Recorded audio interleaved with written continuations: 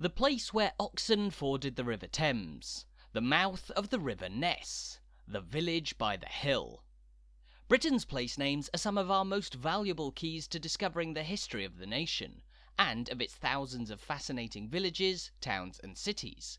But while the origins of some place names can be shrouded in mystery, there's often a rather simple way to decipher exactly why a place has a given name. That is through prefixes and suffixes, the few letters that you'll find at the beginning or end of a place name.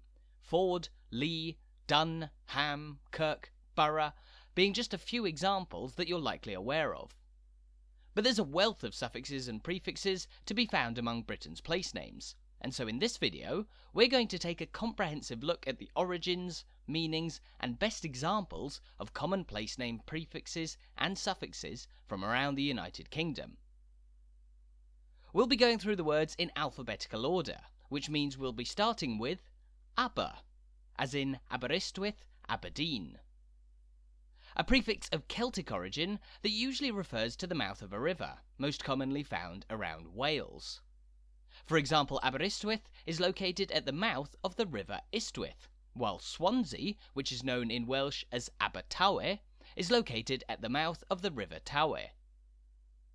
Up in Scotland, meanwhile, you'll find a number of places with the prefix Aber on the nation's east coast, Aberdeen being the best example, situated at the mouths of the rivers Dee and Don. Note also that the prefix Aber is linguistically related to the Scottish Gaelic Inver, as in Inverary, Invergordon, and Inverness, the latter of course being located at the mouth of the River Ness. Next up is Bal or Bally, as in Balmoral, Ballymoney, and Ballymena. Undoubtedly Gaelic in origin, this prefix refers to a farm, a homestead, a townland, or any settlement really that existed where a town does today. Mostly found in Scotland and across Ireland, as in Balmoral, which possibly means great or big homestead, while across the Irish Sea you'll find towns like Ballymena, the middle settlement, and Ballymoney, the townland of the moor. Moving on now to a term that's used both as a prefix and a suffix, burn or bourne, as in Blackburn, Eastbourne, or Bournemouth. This is a word that derives from Old English, and it usually tells us that a given place is situated by a small river or a large stream, otherwise known as a burn. So Blackburn refers to its position by the local river Blakewater. Eastbourne refers to a stream that flowed through the east of what is now the Old Town, and Bournemouth, very simply, is located at the mouth of a small stream, known locally as the Bourne. Next up is one of the most common and varied suffixes that you'll find across the country, Bury, Borough, Bruh, or Bruh, as in Edinburgh, Middlesbrough, or Aylesbury. This is another place name that derives from Old English, emerging in the Anglo-Saxon period when it was a status given to a fortress. So Edinburgh is thought to refer to the fortress on Castle Rock, where Edinburgh Castle now stands. Middlesbrough likely took its name from its position midway between the holy sites of Whitby and Durham, and Aylesbury simply refers to a fort that belonged to a man named Ale. Following on from borough, we encounter one of the most common Viking-era place name suffixes remaining in England, by, as in Grimsby, Whitby, Wetherby, Crosby. This one has a fairly clear origin, by deriving from the Old Norse word meaning village, settlement, or simply to live. A fairly simple meaning means that many places were christened Bees when the Vikings swept across England from the 8th to the 11th centuries, including the likes of Grimsby, a village where a man called Grim lived, Whitby, the White Village, Wetherby, the village on the River Bend, and Crosby, the village of the Cross. Moving to the western side of Great Britain now, and the moderately common prefix Caer or Car, as in Carnarvon, Carmarthen, or Carlisle. This one comes from Welsh, the word Caer meaning a fortress or a military camp. Carnarvon, therefore, was the fortress near Anglesey, Carmarthen is Merlin's fort, and Carlisle was most likely the fort of Lugus. All three of these examples, while featuring a prefix of Welsh origin, can actually trace their history back to the era of the Romans, when they were the site of Roman fortresses and military camps. And that links us into our next suffix, caster, chester, cester or xeter, as in Lancaster, Manchester, Leicester or Exeter. Holding the same meaning as the Welsh caer, these suffixes of Old English origin typically refer to a former Roman fort or military camp, Lancaster being the fort by the River Lune, Manchester the fort of Mam, who may have been a local goddess, Leicester the fort of the Ligor people, and Exeter the fort on the River Exe. Though they have a clear meaning, the Cester-style suffixes have a reputation for tricky pronunciations, Gloucester, Leicester, Worcester and more often tripping up those from outside the UK. Though watch out for pesky Cirencester, which for some reason decided to keep its name deceptively correct. Next up is a very common prefix, dun, as in Dundee, Dunfermline or Dungannon. Found widely across Scotland and Ireland, the dun prefix is another with a simple meaning, it too referring to a former fort. Deriving from Gaelic, the dun element is included in the likes of Dundee, fort of fire, Dunfermline, fort of the burn, as in small river, and Dungannon, the fort of Gannon. The dun prefix is also found in various mutated forms, such as the dum in Dumfries and Dumbarton, and the dun in Donegal in the Republic of Ireland, while the Scottish Gaelic name for Edinburgh is Dunedin, that castle we mentioned possibly belonging to a man named Aidan. Following on from dun, let's take a quick-fire look through three very simple suffixes beginning with F, field, ford and fort. All three of these, which you can likely understand at first glance, derive from Middle English, explaining their similarity to our modern language, and they refer to exactly what you'd expect. Sheffield being the field by the River Sheaf, Bradford the broad ford of a small local stream, and Fort William, of course, being the location of a fort built in the name of William of Orange. Easy peasy, but what about this next one? Ham, as in Birmingham, Cheltenham and Nottingham. Usually pronounced without the H, this suffix is seen all over England, particularly in the Midlands, South and in East Anglia, and it derives from Old English, simply referring to a farm, homestead or settlement, much like the Gaelic bally we spoke about earlier. So with that in mind, we know Birmingham is the settlement of the Birminghus tribe, Cheltenham is likely the settlement on the steep hill, and Nottingham is the settlement run by the Anglo-Saxon chieftain named Snot. Nottingham was actually called Snottingham for a long time in the medieval period, though the local tourism board will be glad it changed in time for the modern day. Continuing through the alphabet, we arrive at ing, as in Dorking, Reading or Hastings. As we've already mentioned, many places were named in reference to the tribe or man who ruled it, and ing is the Old English suffix that almost always refers to exactly that. Nottingham belonged to Snot, while Dorking possibly belonged to a man named Dork, Reading was the place of the Raidingus tribe, and Hastings was the town where the followers of a man named Heister lived. You'll find ings all over the country, sometimes on their own like these examples, or sometimes as part of a longer name. Nottingham, Bridlington, Paddington and Washington, just to name a few. Back with the Vikings, meanwhile, we arrive at Kirk, as in Falkirk, Ormskirk or Kirkwall.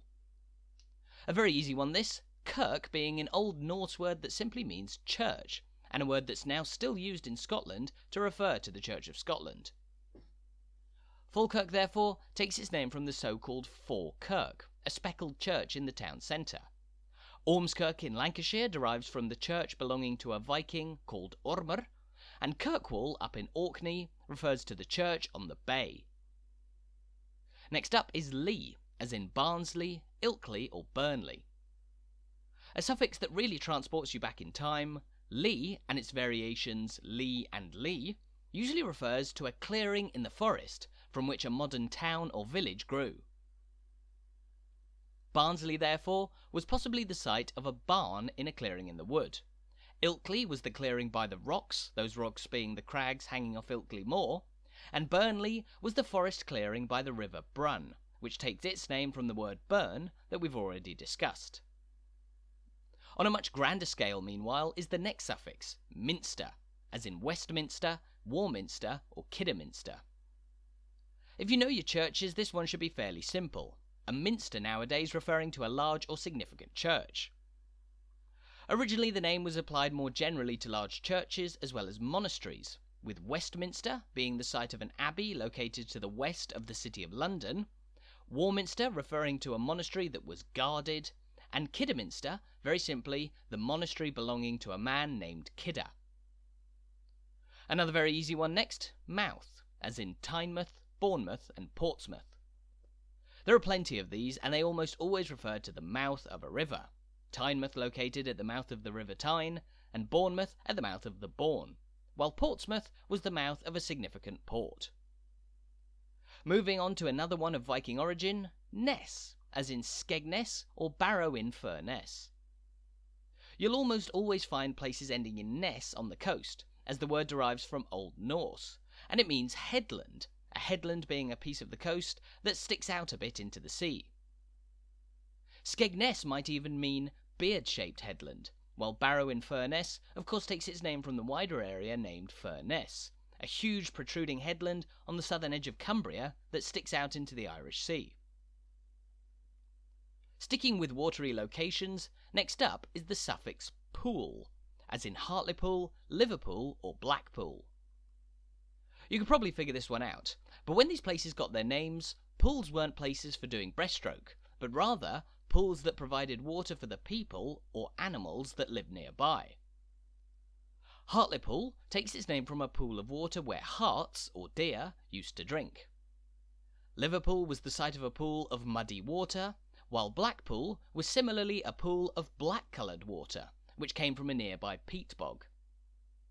Interestingly, Blackpool isn't the only black pool you'll find on the Irish Sea. Across the water, you'll also find the Irish capital of Dublin, which takes its name from the Irish language Dublin, that very simply meaning black pool. Next, thorpe, as in Scunthorpe, Cleethorpes. Mostly found around the Humber estuary, this is a suffix of Viking origin that does refer to a settlement, but most commonly a very small village, which often existed near to a larger settlement. Cleethorpes, in the plural, is made up of 3 small villages, Itterby, Oul, and Thrunsko, while Scunthorpe, thought to have belonged to a Viking man named Skuma, was until 1936 actually a collection of 6 different villages. Nearing the end of the alphabet now, one that seems simple enough, Tun, as in Warrington, Skipton, and Brighton. Deriving from Old English, this is certainly one of the most common suffixes you'll find around the country, related to our modern word, town. Although when the suffix became widespread in the Anglo-Saxon era, it referred more closely to an estate or homestead than a full-fledged town.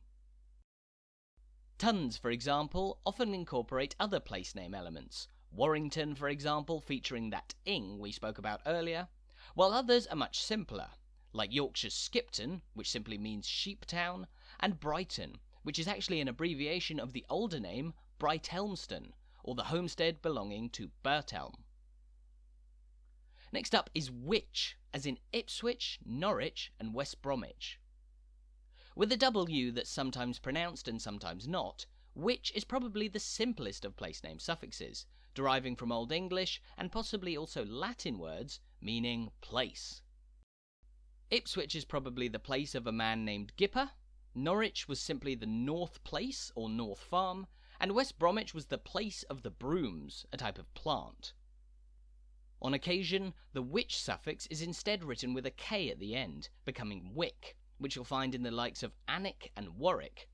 But don't let these inland settlements confuse you with our next and final suffix, that being wick, as in wick, lyric, or berwick.